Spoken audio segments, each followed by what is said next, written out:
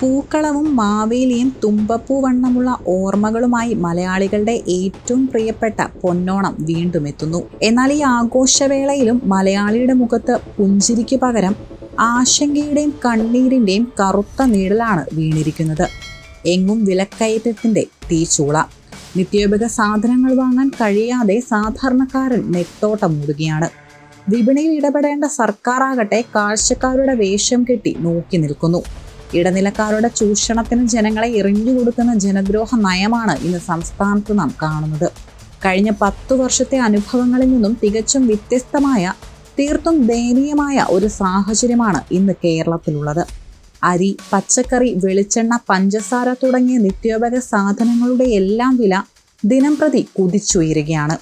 അരിക്ക് കിലോയ്ക്ക് 12-15 രൂപയിലേറെയാണ് വർദ്ധിച്ചിരിക്കുന്നത്. ഓണാഘോഷത്തിന്റെ പ്രധാന വിഭവമായ പഴവർഗ്ഗങ്ങളുടെ വില സാധാരണക്കാരന് താങ്ങാവുന്നതിലപ്പുറം എത്തിക്കഴിഞ്ഞു.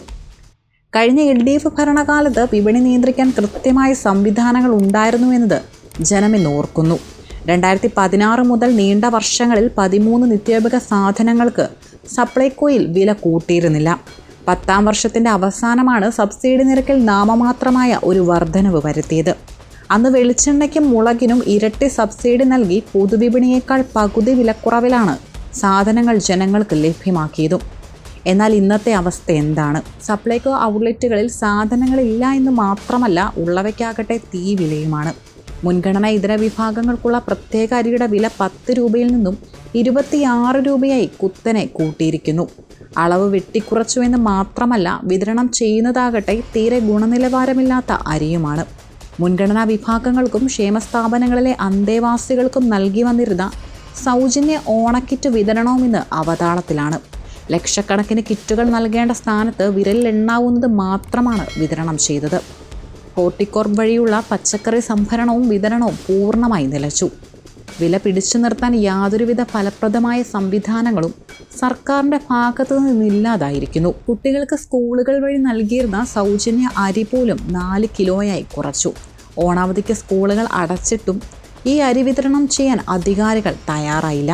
ലക്ഷക്കണക്കിന് വരുന്ന സ്ത്രീ സുരക്ഷാ പെൻഷനുകൾ മുടങ്ങി.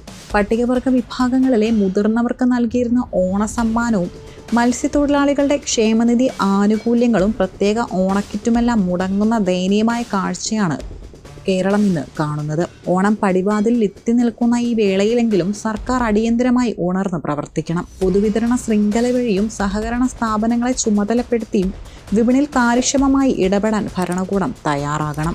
ജനങ്ങൾക്ക് ന്യായവിലയ്ക്ക് സാധനങ്ങൾ ലഭ്യമാക്കാനും അവരുടെ കണ്ണീരൊപ്പാനും സർക്കാർ വഴിയൊരുക്കണം. ജാതിമത ഭേദമന്യേ എല്ലാ മലയാളികൾക്കും അല്ലലില്ലാതെ സന്തോഷത്തോടെ ഈ ഓണം ആഘോഷിക്കാൻ കഴിയുന്നൊരു സാഹചര്യം ഇനിയെങ്കിലും ഉണ്ടാകേണ്ടതുണ്ട്.